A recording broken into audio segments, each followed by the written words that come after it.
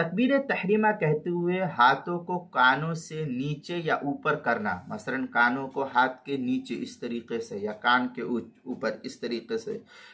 ہاتھ کو کرنا، اس کا کیا حکم ہے؟ چنانچہ تکبیر تحریمہ کہتے ہوئے مردوں کو کانوں کی لو تک ہاتھ اٹھانا چاہیے، کانوں کی لو یہ جو ہے اس کے سیدھ میں اس طریقے سے ہاتھ کو اٹھانا چاہیے مردوں کے۔ اگر صرف ہاتھ کندھوں سے نیچے ہی تک اٹھائے یا کانوں سے بھی اوپر تک اٹھائے تو یہ عمل مکروہ ہوگا۔ کوئی آدمی اگر ایسا ہاتھ اٹھاتا ہے کان کے اوپر تک نیت باندھنے کے لیے تو یہ عمل اس کا مکروہ ہے، یا ہاتھ یہیں تلک اٹھایا تو یہیں تک ہاتھ اٹھانے میں یہ بھی اس کے لیے مکروہ فقہا نے لکھا ہے۔ چنانچہ تحتاوی میں ہے وَيَكْرَهُ مُجَاوَزَةُ الْيَدَيْنِ الْأُذُنَيْنِ وَجَعَلَهُمَا تَحْتَ الْمَنْكِبَيْنِ، یہ